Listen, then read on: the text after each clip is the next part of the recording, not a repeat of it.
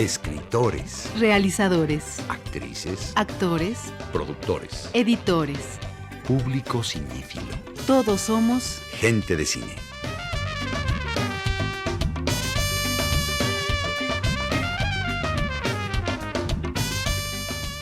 Entre el documental y la ficción, un encuentro con los que hacen, viven y disfrutan del cine.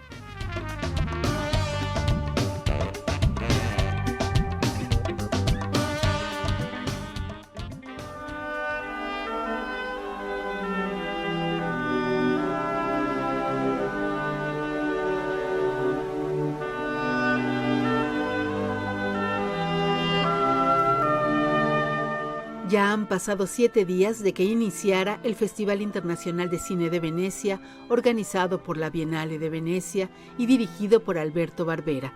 El festival de cine más longevo llega a su número 78. Comenzó el pasado miércoles 1 y terminará el sábado 11 de septiembre. Este 2021 ha incluido en su programación 4 producciones mexicanas, 2 en competencia internacional y otras 2 en la también prestigiosa sección Horizonte. La primera en mostrarse en esa sección al segundo día de que dio comienzo el festival fue El hoyo en la cerca, de Joaquín del Pazo. Por su parte, en la competencia principal, el día 4 se proyectó Sundown, de Michel Franco, y en esa misma sección, el día 6 se exhibió La caja, de Lorenzo Vigas. Tanto con Lorenzo como con Michel Franco pudimos conversar antes de su partida a Venecia. Hoy, 8 de septiembre, se presentó El otro Tom, de Rodrigo Plá y Laura Santullo. La pareja de cineastas también conversó con Gente de Cine de su regreso, por tercera ocasión, al Festival Veneciano, donde participarán de nueva cuenta en la sección Horizonte. En unos momentos los escucharán hablar del festival, de la película y del libro en que se basa la historia, El otro Tom, escrito por Laura Santullo. Desde la intimidad del hogar, seguimos invitándolos a ver, pensar y asistir a las salas de cine.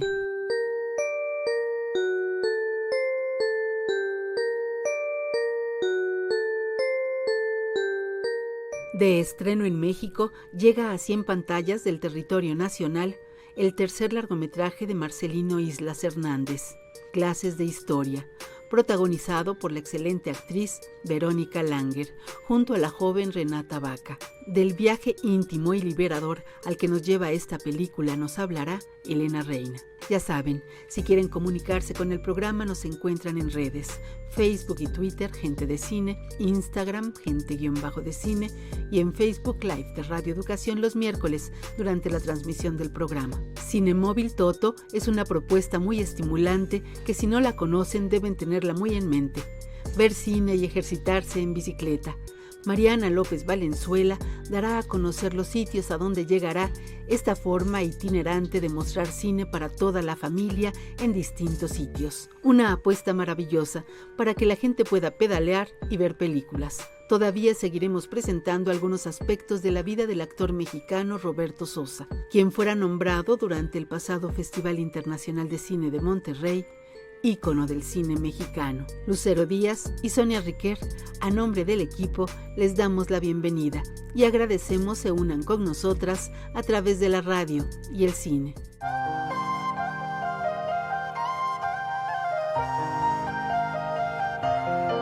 Gente de Cine es un programa dedicado a los que hacen, viven y disfrutan del cine. Nos pueden escuchar los miércoles de 8:30 a 9:30 de la noche por el 1060 de amplitud modulada. En FM, el 96.5. Mientras se transmite el programa en Facebook Live de Radio Educación, en la página www.radioeducacion.edu.mx. También pueden descargar en su celular la aplicación gratuita de Radio Educación. Un saludo a quienes nos sintonizan los jueves a las 8:30 de la noche por el 90.5 de FM en Radio UDEM de la Universidad de Monterrey. A las emisoras de Radio Universidad de Guanajuato, las cuales transmiten Gente de Cine los sábados a las 10 de la mañana. Radio Universidad de Guanajuato, 970 AM y 100.7 FM. En León, 91.1 FM y en San Miguel de Allende, 91.3 FM. Nuestro saludo llega también a la radio de la Universidad de Ciencias y Artes de Chiapas, en Tuxtla Gutiérrez y su 102.5 de frecuencia modulada. Gracias por escuchar, Gente de Cine.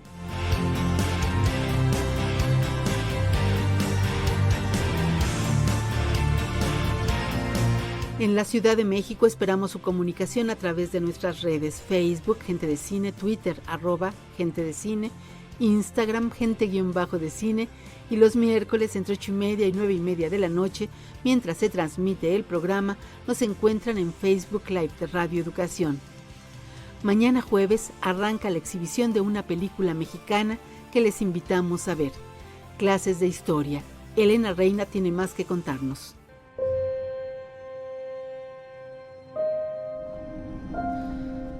Clases de Historia, tercer largometraje de Marcelino Islas, estrena este jueves 9 de septiembre en más de 50 ciudades del país. La historia, en el lenguaje usual, es la narración de cualquier suceso, incluso de sucesos imaginarios y de mentiras. Muy bien, muchachos, Eva va a estar con nosotros todo lo que resta del ciclo escolar. Por favor, les pido que le integren. Continúa, Eva. No sé dónde vamos. Dame tu celular, por favor. Que no, maestra. ¿Y ahora qué va a hacer? Filmada en 2018 y con una fecha de estreno aplazada debido a la pandemia, este jueves 9 de septiembre estrena Clases de Historia de Marcelino Islas Hernández. El tercer filme de Marcelino cuenta la historia de Verónica, interpretada por Verónica Langer, una maestra de historia de 60 años que da clases en una secundaria pública. La mujer guarda un secreto que pronto se descubrirá.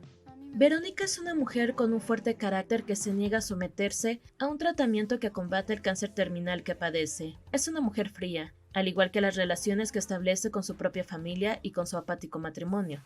La presencia desafiante de una de sus jóvenes alumnas, Eva, que encarna la actriz Renata Vaca, será un revulsivo tanto para la maestra como para la complicada, solitaria y rebelde alumna.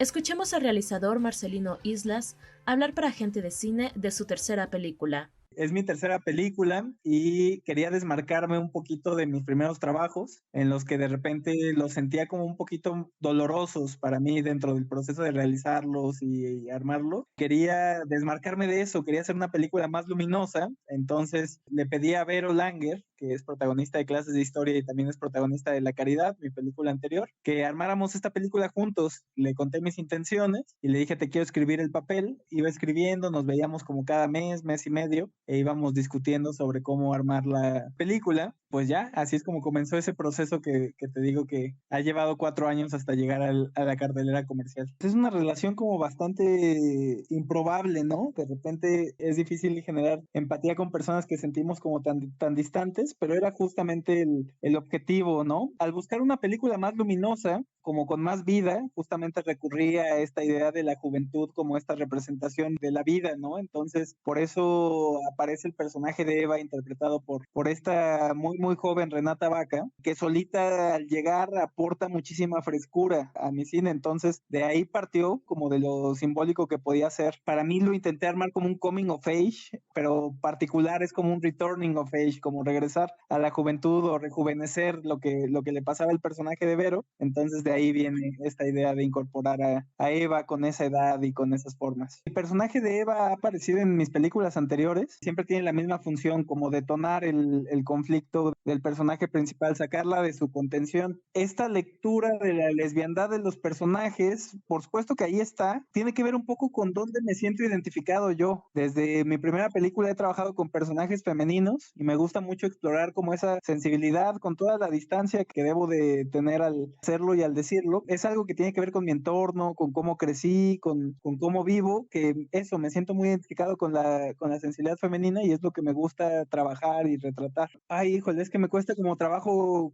comentar esto, pero no tengo como una agenda yo al hacer mis películas, simplemente son cosas como que se van dando y el tema de la sororidad ahí está, ¿no? Y creo que es un tema bien importante. Sí, fue un proceso muy lindo porque con Vero pues, ya venía de haber hecho La Caridad caridad juntos, justo en el proceso de exhibición, el proceso de festivales de la caridad. Creo que generamos una amistad muy linda que yo atesoro muchísimo, y con Vero pues prácticamente el tono ya estaba dado. Escribir la película para ella pues era como un traje hecho a la medida, donde ella conocía el personaje y ella misma había delineado muchas cosas que el personaje iba a tener. Entonces pude abocarme a trabajar con Renata, que hicimos un trabajo que a mí me parece muy interesante. Yo me dedico a dar clases también y siempre pongo como ejemplo ese proceso, porque Renata es todo lo contrario a su personaje. Entonces sí fue un proceso de ver referencias, de tener como ciertos ejercicios vivenciales para que Renata entendiera como por dónde iba el personaje, y que con el talento que ella tiene pues pudiera al principio imponerse a Vero y después acompañarla en el proceso que lleva en la película. Creo que el principal reto fue tomar riesgos. Digo, no es que sea la película más arriesgada del mundo, pero mis primeras películas eran como muy contenidas, incluso en el lenguaje. Entonces de repente el mover la cámara, el de repente abrirme a improvisaciones, cosas que no había hecho en mis películas anteriores, acá están. El uso de música, por ejemplo, también es un elemento nuevo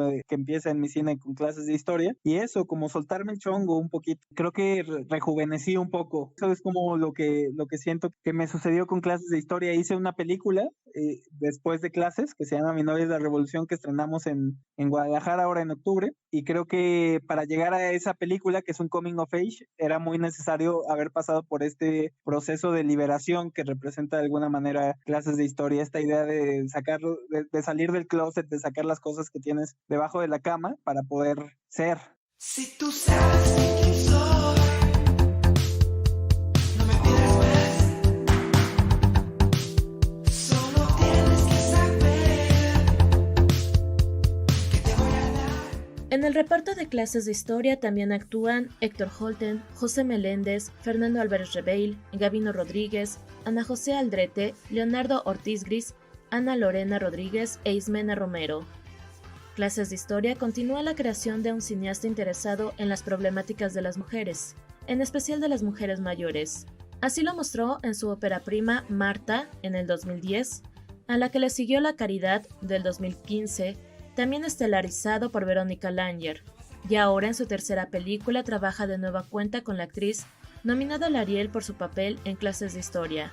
La cinta es distribuida por Alphaville Cinema y llegará a más de 50 ciudades del país.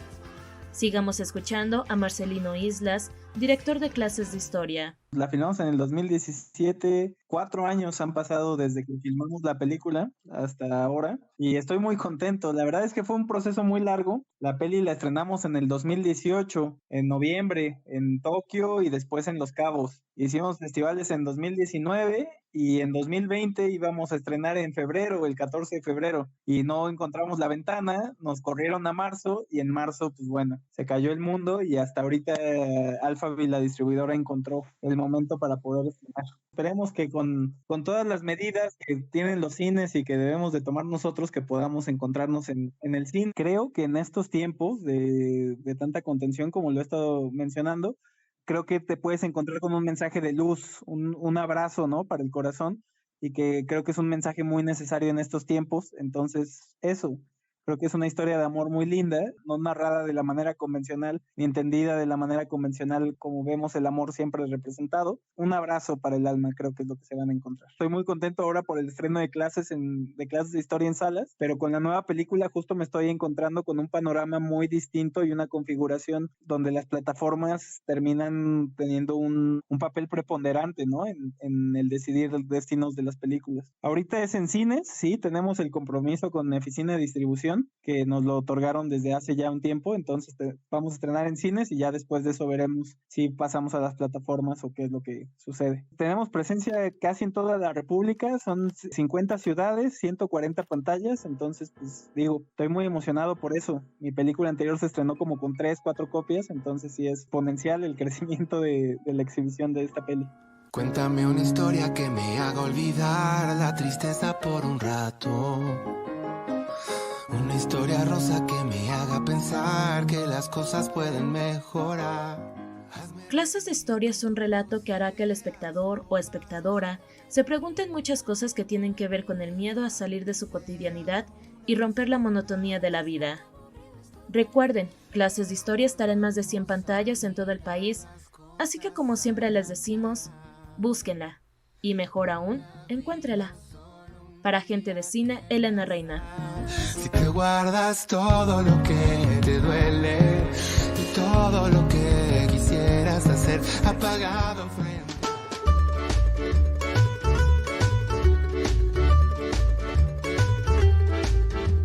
El primer festival de cine que se creó en el mundo fue el Festival Internacional de Cine de Venecia, el cual surgió en 1932 como parte de la 18ª Bienal de Venecia. La muestra de arte cinematográfico adoptó su carácter competitivo 2 años después, en 1934, y se estableció su realización anual. La primera película que se premió fue El hombre y el monstruo, de Rubén Mamoulian. En sus orígenes, el festival estuvo marcado por el régimen fascista, de ahí el nombre de su premio principal, Copa Mussolini. 20 años después, en 1954, cambió el nombre al que lleva hasta ahora, León de Oro.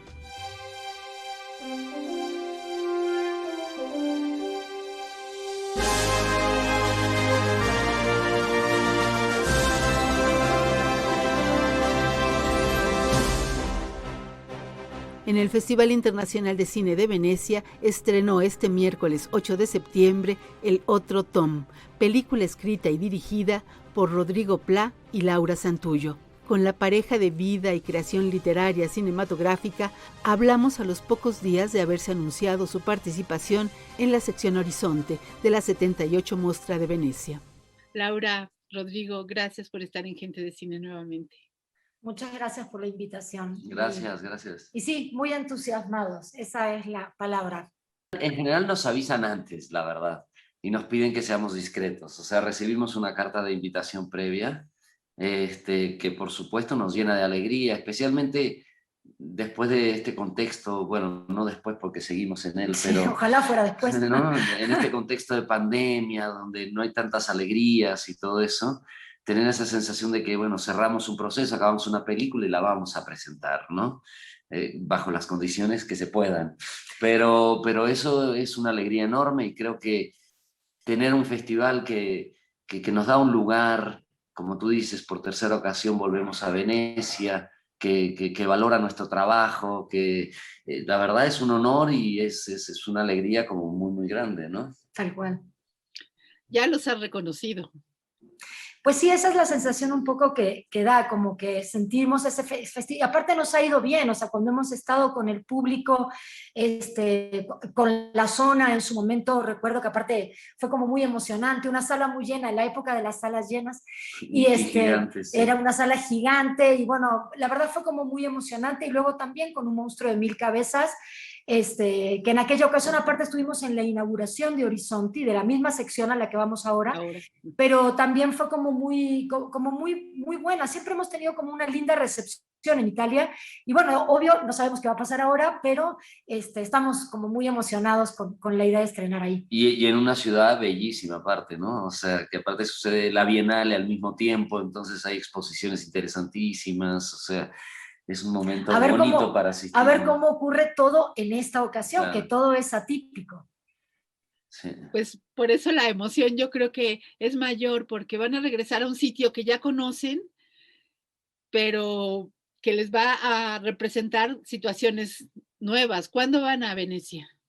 Pues en realidad, bueno, todavía la fecha del festival ocurre a principios de septiembre, son 10 días. Nuestra proyección es el 9 de septiembre. Y pero bueno, nosotros en realidad vamos a ir antes, vamos a pasar por España, en fin, todo el asunto de los protocolos, pandemia, vacunas, extraños, todo es complejo. Así que bueno, en realidad vamos a pasar primero por España y luego vamos a ir a Italia para estar un poco antes y un poco después de la presentación. Sí, tenemos la vacuna CanSino, que no está aceptada en Europa, y eso es un problema un poco, sí, nos la dieron por profesores del CCC y no sé qué, pero ahora estamos complicados para entrar en Europa. Pero bueno, veremos, confiamos en que lo vamos a solucionar de algún modo. Sí, por supuesto, porque hay otras como recomendaciones, ¿no? Y si tienen como el tiempo para ajustarlo, tal vez tengan que llegar a un leve confinamiento. Eso, exacto. Entonces, bueno, en eso estamos. Queremos que todo salga bien. Exacto. Y acompañada... Sí, solo para agregar que también con Venecia viene Toronto, que también es un festival muy, muy importante, muy difícil de entrar también. O sea, insisto, también más en estos contextos de pandemia donde la cantidad de películas que reciben se han multiplicado porque hubo como una especie de efecto embudo. Entonces, si en Venecia recibían 2.000 películas, ahora son 3.000 y lo mismo sucede en Toronto. Entonces, también tuvimos la fortuna de que nos seleccionaran. Es la segunda vez que vamos a Toronto. Estuvimos también con La Zona, entonces la verdad es que vinieron las alegrías juntas. Sí, sí, y hacían falta.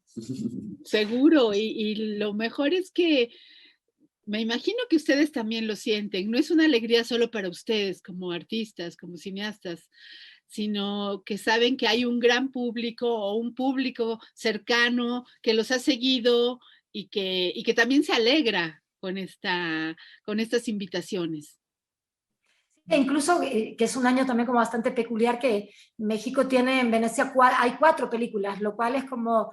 Es como... Es récord, seguramente. No sé si, digo, más allá de récord, pero sí debe ser bastante... Es muy significativo y es muy bonito ver cómo yo ya pude entrevistar a Lorenzo Vigas, porque justamente a partir de eso dije, ay, pues vamos a hablar con los invitados a que nos acerquen un poco a Venecia.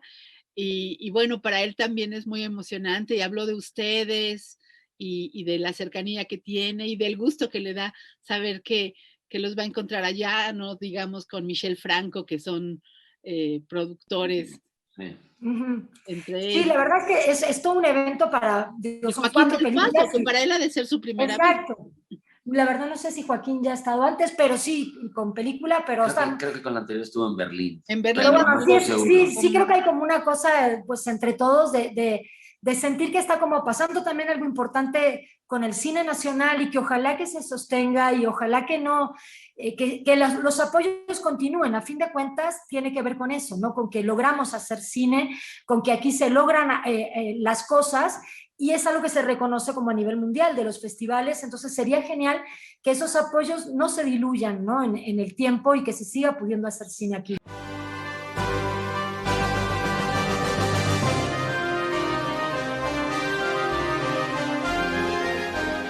En Gente de Cine esperamos su comunicación a través de nuestras redes en Facebook y Twitter, Gente de Cine, en Instagram, Gente-de Cine, y los miércoles durante la transmisión del programa en Facebook Live de Radio Educación. El cine realizado por Rodrigo Pla desde sus inicios ha obtenido premios.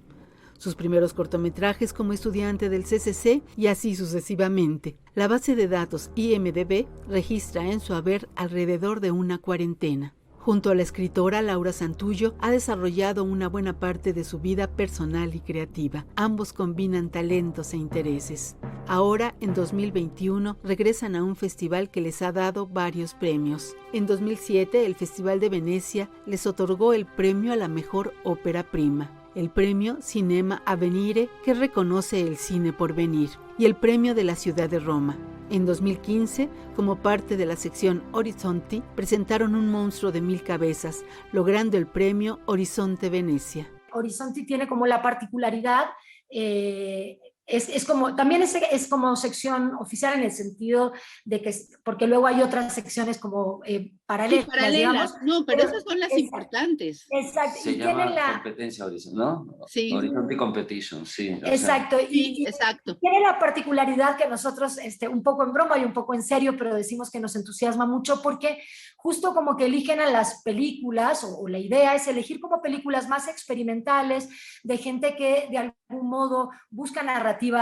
novedosas, un poco atípicas o fuera como de lo más tradicional. Entonces, un poco en broma, un poco en serio, decimos que cuando uno tiene 50 y te ponen en secciones experimentales, pues es altamente entusiasmante de que por lo menos no estamos tan viejos de la mente. El hecho de estar como elegidos o seleccionados para esa sección, bueno, también nos da como el gusto de sentir que no nos hemos quedado como repitiéndonos a nosotros mismos, sino siempre tratar como de buscar narrativas novedosas, temáticas, como en este caso, que creemos que es una temática como bastante polémica, vinculada al trastorno por déficit de atención y a la medicación psiquiátrica en la infancia. militancia, eso, que nos interesa seguir preguntándonos cosas, buscando narrativas, pero también buscando ideas, ¿no? No solo como formalmente hablando, sino también de seguir como buscando cambiar en nuestro modo de pensar y en nuestras ideas. Para mí fue muy emocionante leerlo, muy angustiante también, porque no puede uno dejar de conmoverse y estrujarse ante la carrera de esta Lena, de esta madre soltera, con una serie de situaciones complicadas que la rodean. Y Tom, su hijo, que tiene peculiaridades que lo hacen encantador y al mismo tiempo terrible. Y difícil. Pues justo platicando de la novela, ya que la mencionas tú, porque de alguna manera nos han preguntado, bueno, si es una adaptación, y fíjate que en este caso el proceso fue un poco distinto, y digo distinto con respecto al Monstruo de Mil Cabezas, por ejemplo. El guión y la novela, de hecho, fueron construyéndose más bien de forma paralela. El guión no es realmente una adaptación de la novela, porque se fueron como escribiendo y cada una se iban como persiguiendo una a la otra. De hecho, en un punto, alguna primera versión de guión existió antes de que la novela estuviera realmente terminada. Casi diría que en algún punto yo tomé cosas del guión que se fueron a la novela, pero bueno, incluso con el tiempo, porque el guión siguió modificándose, cuando se toman decisiones alrededor de la película, como filmar en El Paso, Texas y en Juárez, hubo cosas nuevas que viven en el guión y no viven en la novela, y del mismo modo hay cosas en la novela, como el pasado de los personajes, que no viven, que no están en la película, ¿no? En ese sentido, si bien tienen como una esencia compartida, son dos procesos creativos que se acompañaron, pero no son el mismo, ¿no? Pienso que eso sería la definición.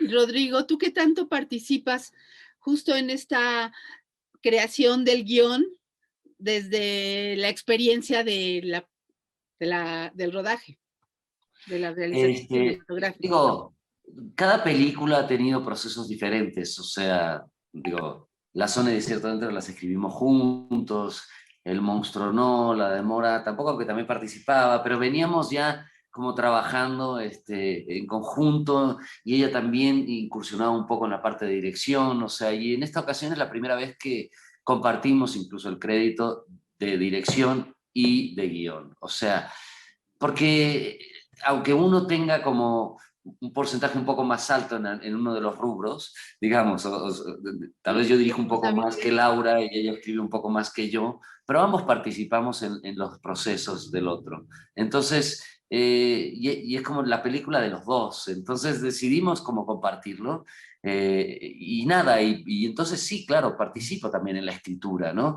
O sea, hay varias secuencias que bueno, se van modificando también porque, yo qué sé, por la investigación que yo estuve haciendo de campo, entonces Laura había hecho una propuesta de juicio y esa la cambiamos y el juicio se vuelve gente de protección a menores que asiste a la casa y es como una evaluación que sucede in situ, o sea, eso cambia. O con respecto a un final en la playa, que ahora ya no es en la playa, no les voy a decir dónde. No le vamos a decir dónde es. Pero bueno, ciertas cosas se siguen moviendo. O sea, nos gusta pensar que el guión no es algo que está totalmente cerrado, que todavía vivirá muchísimos procesos más, donde hay mucha gente que tendrá incidencia, desde los espacios hasta las personas que interpretarán a los personajes, hasta los colaboradores, entonces, y de la edición. Entonces, tenemos que estar como abiertos y atentos para tratar de sumarle cosas que ayuden a mejorar la historia. Y que van apareciendo en el proceso. Que van a aparecer, eso es así. Y también Laura participa en la dirección. Me parece que el trabajo que han compartido tan estrechamente los dos desde siempre, ya con La Demora como que es más contundente, ¿no? Esta participación, su ida, su temporada en Uruguay, el estar ahí también hizo como que Laura se pudiera involucrar también más en los procesos de dirección, ¿no es así? Yo siento que, por un lado es eso, es un proceso que ha ido como creciendo. Cuando teníamos hijos más pequeños era más difícil, ahora con hijos crecidos es más fácil. Y creo, y esto lo digo también, esto es como muy personal, pero yo creo que también he ido como aprendiendo cosas a lo largo del tiempo. Rodrigo finalmente sí hizo una escuela, él es egresado del CCC, yo venía más bien de otros mundos, más del teatro, etcétera. Pero bueno, yo siento también que con el tiempo y que en esta posibilidad que nos hemos dado justo de compartir procesos, yo también he ido como aprendiendo cosas, viéndolo trabajar a él en set, viendo cómo trabaja antes con María Seco, ahora con Odey, o sea, como viendo cómo él trabaja, también he ido aprendiendo y eso me permite también proponer cosas que a lo mejor hace 10 años atrás o 15 años atrás no hubiera sabido cómo proponer, ¿no? Entonces, eso a mí me ha acercado como el proceso, y Rodrigo naturalmente en realidad siempre ha escrito, no es que escribía ya cine antes de conocerme, y lo que sí siento que se ha ido como modificando es esta como sensación de que se han como desbordado un poco ambos procesos, se han mezclado, y tampoco ya nos importa tanto como decir, bueno, esto, ¿no? De estar contando chicles, no, es más bien un proceso que hacemos en conjunto, y un poco por eso le dimos como ese cambio o ese giro a la manera en que firmamos la película, ¿no?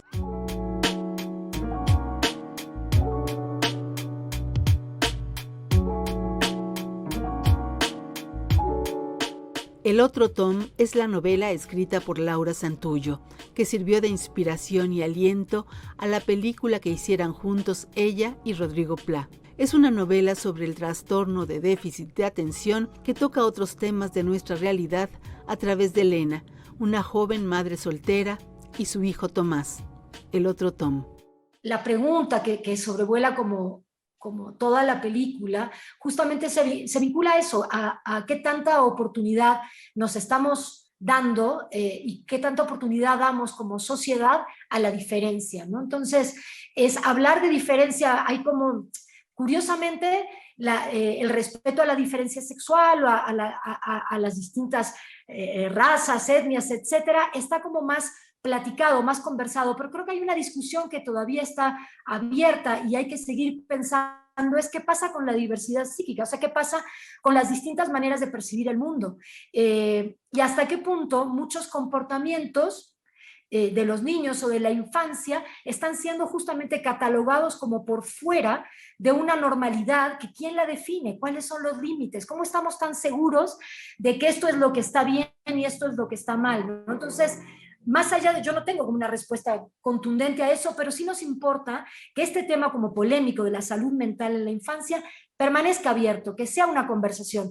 Y un poco por eso también hicimos la película, con la idea de que ese tema esté abierto a platicarse, a discutirse, ¿no? Sí, tal cual. O sea, ¿qué vamos a hacer con todos esos niños diagnosticados con todos estos trastornos? O sea, ¿queremos colocarlos como justamente en esta etiqueta, en esta caja y encerrarlos? O si hablamos de que hay un 10% de niños con ciertas particularidades, tal vez podría la sociedad moverse un poquito del lugar y darles cabida sin necesidad de atiborrarlos de medicamentos, ¿no? O sea, no lo sé. Preguntémonos por lo menos, ¿por qué los queremos iguales a nosotros, a la gran mayoría, o a la gran mayoría, ¿no? Supuestamente. Tan igualitos, ¿no? Exacto, como si la gente fuera como un producto de mercado, que también yo siento que también tiene mucho que ver con eso, ¿no? O sea, vivimos en una época donde la idea de eficiencia, de ser eficaces, es como el éxito, es como el pan nuestro de cada día. Entonces, cuando los niños no van exactamente o no caen dentro de esas líneas, los padres comienzan a angustiarse y las escuelas comienzan a desesperarse, y eso es una mala combinación muchas veces. Los niños también, me imagino. Los niños también, pero muchas veces no llegan ni a tomar muchas decisiones. El tema es que se está medicando. Pero si te están diciendo constantemente que estás enfermo, pues claro, al final el propio diagnóstico se convierte en un estigma para el niño, ¿me entiendes? O sea, si el niño está ahí, entonces sí, empieza a creer que tiene ese trastorno, empieza, y luego, sí, que es un trastorno su comportamiento y que es un problema, ¿no? Y que a lo mejor tal vez él no tiene la capacidad de resolverlo, porque ese es otro aspecto como interesante de la medicación psiquiátrica, ¿no? Yo no estoy diciendo, nunca afirmaría que la medicación psiquiátrica en ningún caso, por supuesto que hay casos en donde es necesaria de casos graves, pero al menos no debiera ser como la primera salida cuando uno se topa como con un problema medical. Yo creo que hay muchas preguntas para hacerse antes de dar una pastilla para resolver una situación. Porque también el subtexto ahí es que el niño, es decirle al niño, tú no puedes. Lo tiene que hacer un químico por ti porque tú no puedes. Y eso también es invalidante a la larga. O sea, si tú crías a un niño, una niña, con la idea, claro, con la idea del no poder, de la incapacidad, pues eso también se va a ir trasladando como a otros aspectos de la vida, la idea de que tú no puedes o que tu voluntad no alcanza para hacer cosas, ¿no? Entonces, son todas preguntas, tampoco es que sepamos la respuesta, pero justo para eso hicimos como la película, para pensar en esas cosas. También una cosa interesante es que a los niños a veces los empiezan a medicar a muy corta edad, ¿no? Entonces, niños de 5 o 6 años, que uno también se pregunta qué tanto sabemos de ese individuo niño como para ya determinar que hay como un problema que va a modificarle toda la vida, porque incluso la gente que cree como a rajatabla en la existencia del trastorno por déficit de atención, todo el mundo que está vinculado, y aunque lo crean, sostienen que no es algo curable, es una condición con la que vas a tener que vivir. Si es algo con lo que vas a tener que vivir, pues ¿cómo hacer ese tránsito? ¿Cómo hacer esa vida, ¿no? ¿En base a fármacos o habrá otras soluciones y salidas? En fin, es amplio el tema y tampoco es que nosotros queremos agotarlo, al contrario, más bien tratamos de instalar esa situación, esas preguntas en la vida de una familia, ¿no? Y digamos, también es en Estados Unidos donde nace un poco como esta enfermedad, ¿no? A partir del manual de diagnóstico de trastornos mentales, los DSMs, no sé qué, diversos, 2, exacto. 3, 4, etcétera. Entonces, por eso también era importante instalarla ya. Y justo también da la particularidad de que, digamos, en la comunidad mexicoamericana hay muchos más niños diagnosticados con este trastorno, ¿no? Porque de alguna manera la evaluación que propone el manual se basa básicamente como en la observación de la conducta de los niños, pero piensa poco sobre el contexto que lo rodea. O sea, evidentemente si son familias que vienen de un lado a otro, que vienen de situaciones más graves, o yo qué sé, hay un movimiento interior que debe estar viviendo los niños, ¿no? Es claro, o sea, y eso es casi como si no se considerara. O sea, el manual, digamos, sí, evalúa las conductas, o sea, a menudo no acaba las tareas, a menudo no se queda quieto en el lugar, entonces se vuelve casi relativo, ¿no? Depende mucho de la mirada y el estado de ánimo de quien lo evalúa, o sea, ya sea un maestro que tiene poca paciencia, ya sea un médico que tiene poca paciencia, o los mismos padres, o sea, ¿cómo puede ser que en ocasiones, sin haber visto siquiera al niño, lo están recetando a partir de lo que cuentan los padres? ¿No? Y diciendo, no cuestionándose que tal vez esos padres tienen también otros conflictos y otros problemas, están teniendo una mirada un poco, no sé, impaciente o sesgada. Sí, claro. imparcial, por supuesto, ¿no? Entonces, es complejo el tema y creo que está bueno eso, sentarnos a pensar un poquito. Pero para niños y adolescentes yo creo que todo este asunto como de la pandemia, además de entristecedor, es que te modifica todos los vínculos sociales. O sea, tu capacidad de sociabilizar, yo creo que va mermando en la medida que prácticamente no convives con otras personas. Yo creo que la pandemia va a dar para mucha reflexión y durante muchos años todavía, ¿no? De los efectos que en todos nosotros van a haber ocurrido, ¿no? En el tiempo. Sí, no, tal cual. Y hay situaciones, o sea, ahora viviendo encerrados año y medio, con encierros parciales, etcétera, digamos, llegar a límites cuestionables de cordura y, ¿no? De lo que es la cordura y lo que es la locura, pues sí. Estás ahí, o sea, llegas a esas situaciones un poquito más extremas, ¿no? Anímicamente, total. O sea, y creo que todos nos vemos expuestos a eso y sin lugar a dudas, los niños y los muchachos que, como dice Laura, no están ejercitando la herramienta de la socialización, ¿no? O sea, que es fundamental, ¿no? Que es un poco lo que uno aprende en las escuelas, o de lo que más aprende uno en las escuelas es justo a vincularte con el otro, ¿no? Y están perdiéndose esas oportunidades. Va a tener repercusiones, sin lugar a dudas, sobre... Ya las tiene y las tendrá. Nosotros. A ver qué sucede. Pero en ese sentido, el ser humano también es muy resiliente, ¿no? Y vuelve a acomodarse y a seguir como adelante. Pero bueno, justo de alguna manera creo que a nosotros siempre nos ha como interesado como mucho los temas de salud, creo que también, porque de alguna manera la forma en las que las sociedades actúan o sobre su población más vulnerable, que sería la que tiene dificultades en este caso, también nos dice mucho de la sociedad. Y creo que de la sociedad de la que estamos hablando se permea de alguna manera hacia las personas. Entonces, sentimos que justo la peli también está hablando o se está preguntando o circula dentro de la película también qué tipo de sociedad somos, qué tan pacientes somos, qué tan tolerantes, qué tan flexibles. Y creemos que de alguna manera cómo la sociedad o cómo los gobiernos o cómo las instituciones encaran el tema de la salud mental en los niños habla de qué tipo de sociedad estamos construyendo, ¿no? Y eso finalmente siempre es algo que nos ha como interesado ya en la zona, en un monstruo, es qué tipo de sociedad estamos construyendo. Inviten por favor a leer el libro, creo que es muy valioso, y pues a tener paciencia, administrar nuestra neura y esperarnos a ver cuántos festivales más van a pasar hasta que llegue a México y podamos conocerlo. Pues sí, esperamos también que no tarden. Nosotros nos encantaría que también llegue como pronto aquí, no sabemos a ciencia cierta, pero nos gustaría un poco, tal vez por la ansiedad de tanto tiempo de espera, un poco que todo ocurriera pronto de alguna manera, ¿no? Su estreno internacional, pero también en México sería genial que no tardara, pero te avisaremos. Ya lo sé, estaremos como siempre cercanos y pues les deseo muchísima suerte, estaremos siguiéndolos en Venecia y los veremos en estos escenarios impresionantes como los hemos visto otras veces. Así es que pásenla bien y tómense un prosecco a la salud de Gente de Cine. Muchas gracias. Muchas gracias, un gusto.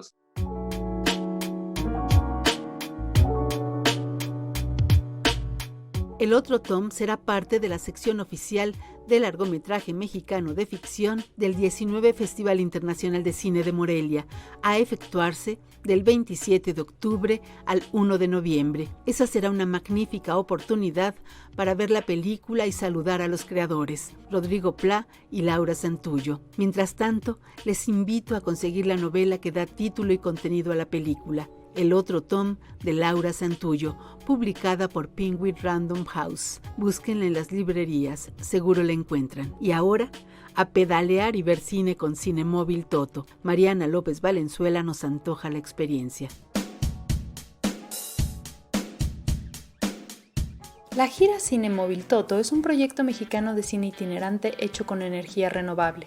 Diego Torres y Roberto Serrano, fundadores de Cinemóvil Toto, dieron a conocer que ofrecerán funciones de cine mexicano en las comunidades de escasos recursos del centro del país, Querétaro, Hidalgo, Morelos, Tlaxcala y Veracruz, ya que son poblaciones donde una sala de cine queda a 3 horas de distancia y no tienen acceso a plataformas de streaming.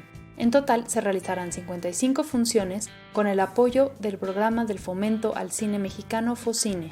Se exhibirá parte de un catálogo de películas familiares como El Paso de la Tortuga, Eco de la Montaña, Cromos, El Patio de mi Casa, La Leyenda de la Llorona, Conoces a Tomás, entre otras. Todas las funciones se realizarán al aire libre y con energía generada a través de bicicletas estacionarias, mismas que están disponibles para el público cuando exhiben películas en los municipios y entidades del interior del país. El catálogo de Cinemóvil Toto incluye películas realizadas en 2015 y hasta el presente, y al ser proyecciones en espacios públicos, se escogen largometrajes que sean de corte familiar, por lo que regularmente se somete a votación del público lo que se verá en la pantalla de la comunidad. Para Gente de Cine, Arturo Ledesma, director de Alianzas de Cinemóvil Toto, habló sobre de qué va esta gira y las medidas que tendrán ante la emergencia sanitaria. Tenemos un dato ahí muy importante, que existen cerca de 40 millones de mexicanos que por diversas circunstancias no tienen la posibilidad de ir a una sala de cine.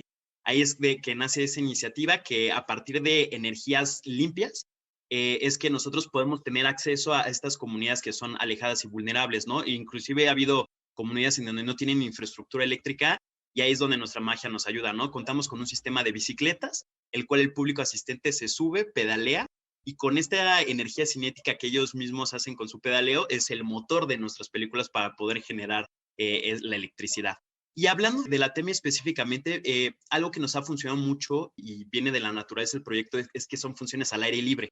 Esto nos permite bajar el riesgo en primera porque no es una sala cerrada y en segunda también porque podemos esparcir mejor a las personas teniendo la sana distancia que nos indica Secretaría de Salud, que es de por lo menos 1.5 metros, ¿no? Entre cada persona.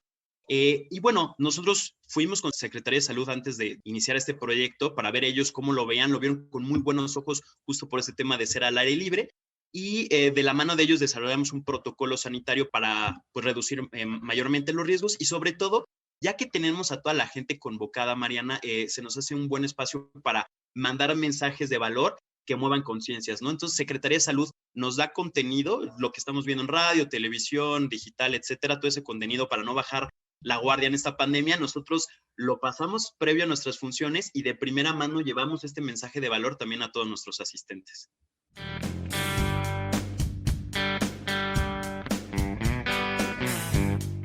También, Ledesma describió la programación de Cinemóvil Toto e informó sobre una alianza especial que concientiza a los jóvenes respecto al consumo de alcohol. Tras 8 años, Cinemóvil Toto ha beneficiado a más de 120,000 personas al llevarles arte y cultura de manera gratuita.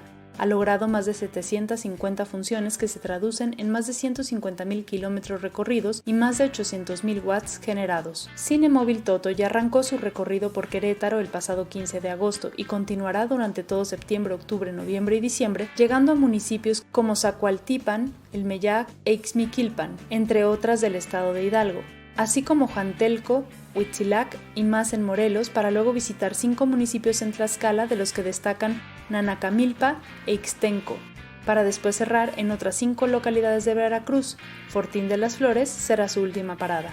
Si quieres seguir las actividades de la gira y conocer más sobre las fechas y lugares a los que llegará la gira Cinemóvil Toto 2021, síguelos en Facebook, Instagram y Twitter en @cinemóviltoto o visita cinemóviltoto.mx. Claro que sí, Mariana, pues invito a todo tu auditorio que nos sigan en nuestras redes sociales como Cinemóvil Toto para que ahí mismo puedan ver nuestra cartelera, la ruta que estamos llevando en esta gira, qué películas vamos a poner y sobre todo mostrarles mucho todo lo que vive la gente en estas comunidades a las que vamos. Entonces, invitar a toda tu gente que nos siga en Cinemóvil Toto en Facebook, Twitter, en Instagram y la pasen muy bien con nosotros. Para Gente de Cine reportó Mariana López Valenzuela.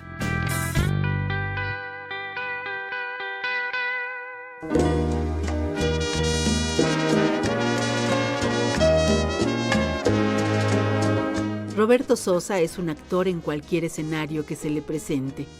A lo largo de su prolongada carrera, iniciada a sus escasos 6 años, Roberto ha sabido cuidar y enriquecer sus capacidades histriónicas, su manejo del cuerpo, la gestualidad y su mirada. Por esa y muchas otras razones que tienen que ver también con su familia, en especial con su padre, el también actor y director Roberto Sosa Rodríguez. El reconocido este año como ícono del cine mexicano por el Festival Internacional de Cine de Monterrey, Roberto Sosa habla sobre su experiencia como maestro, la docencia y la vida de ahora, en línea y virtual. Hace un momento te comentaba que me han invitado, por ejemplo, a dar clases virtuales y no creo mucho, no es que no crea, más bien le tengo mucho respeto a la docencia y pienso que para impartir un taller de manera virtual habría que estructurar una pedagogía acorde a estas herramientas y estas plataformas. Acabo de terminar un taller presencial que me invitaron a dar, al cual le hago llamar Con los pies en la escena. Evidentemente, pues haciendo alusión a con los pies en la tierra, ¿no?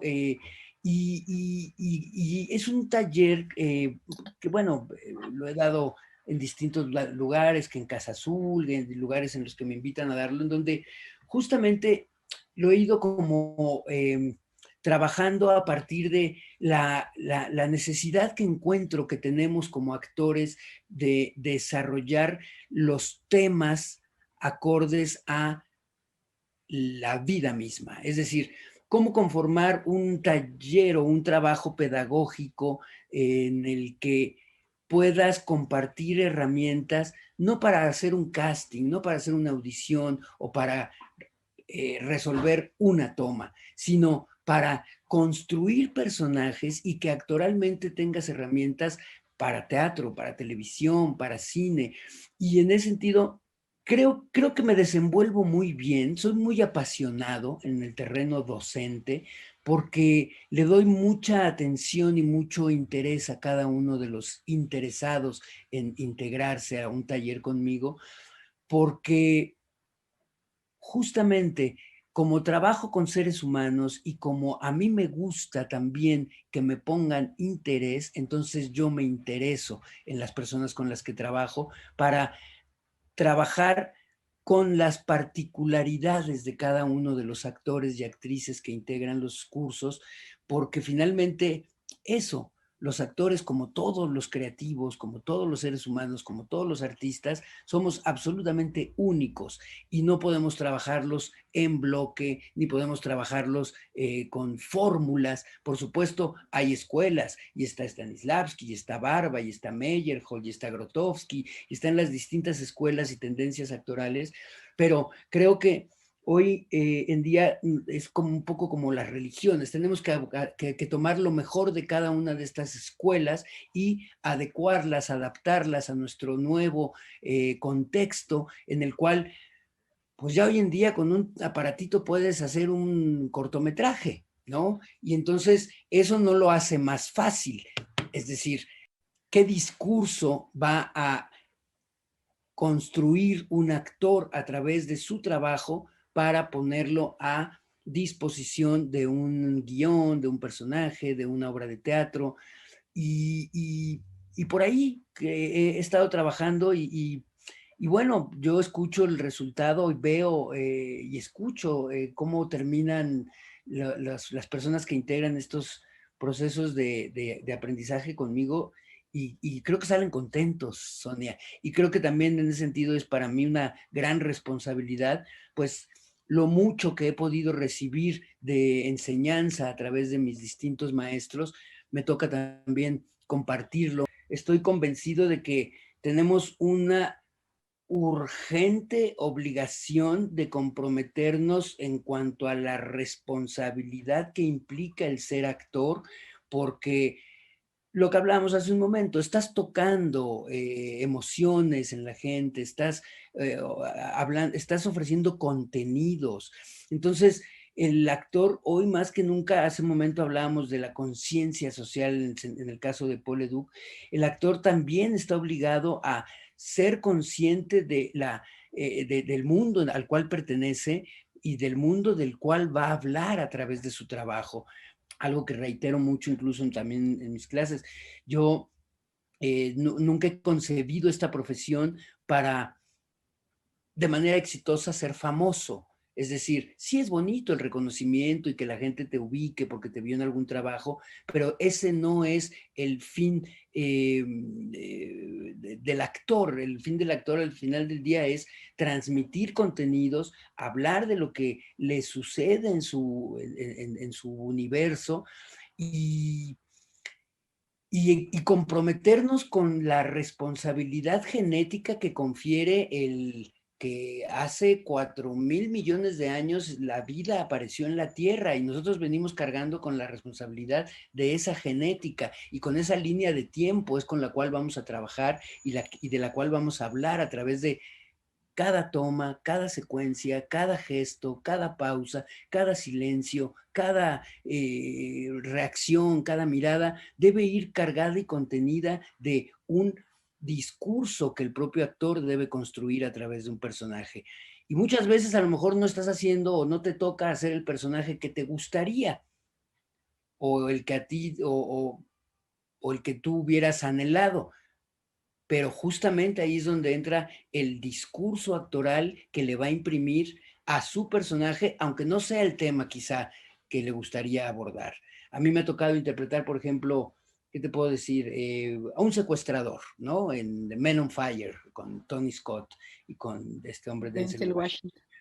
Yo no puedo estar más alejado de la vida de un secuestrador en términos de manera de ganarse la vida, en términos de tratar a los demás, en fin. Pero, ¿qué es de ese personaje lo que yo puedo encontrar que tenga un puente de comunicación en cuanto al discurso que yo puedo dar como actor? Que este secuestrador es capaz de negociar miles de millones de dólares por el amor a su familia. Ahí puedo encontrar yo un puente o un camino de discurso actoral que puede empatar conmigo porque yo también estoy dispuesto a dar la vida por el amor a mi familia. Pero es como buscándole justamente esas capas de cebolla a cada uno de los personajes con los cuales a lo mejor en un momento dado tú no empatas, pero que si actoralmente le construyes un discurso, puede tener un algo más interesante en esta profesión, ¿no? Algo más profundo. Y yo creo que estamos justo obligados a ello, a ser más profundos, no quedarnos en la banalidad, en lo superficial, en lo inmediato. De eso tenemos mucho.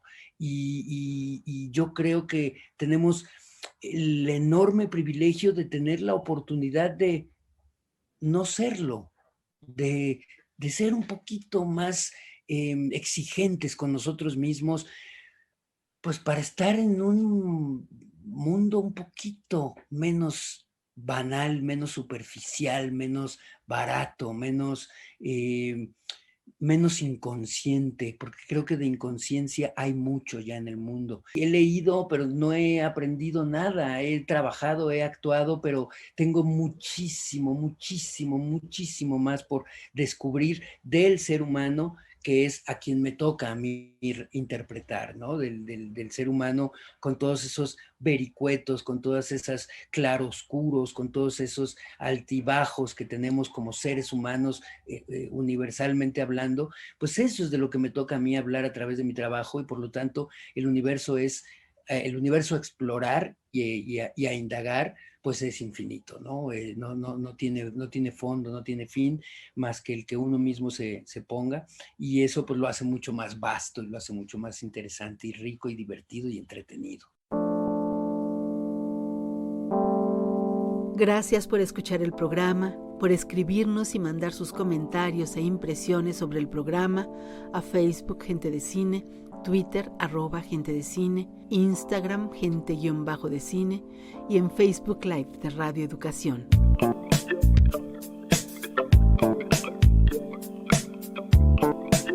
Lucero Díaz, Elena Reina, Mariana López Valenzuela, al micrófono Sonia Riquer.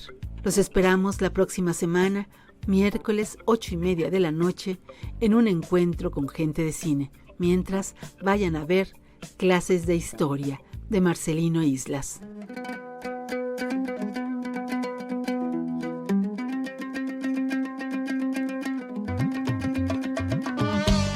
Escritores, realizadores, actrices, actores, productores, editores, público cinéfilo.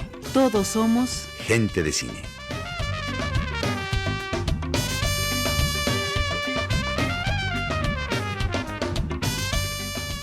Entre el documental y la ficción, un encuentro con los que hacen, viven y disfrutan del cine. Busquen Gente de Cine en Facebook o en Twitter. Esperamos sus mensajes. Ya saben, nos vemos en el cine y nos escuchamos en el 1060 de amplitud modulada. Es Radio Educación.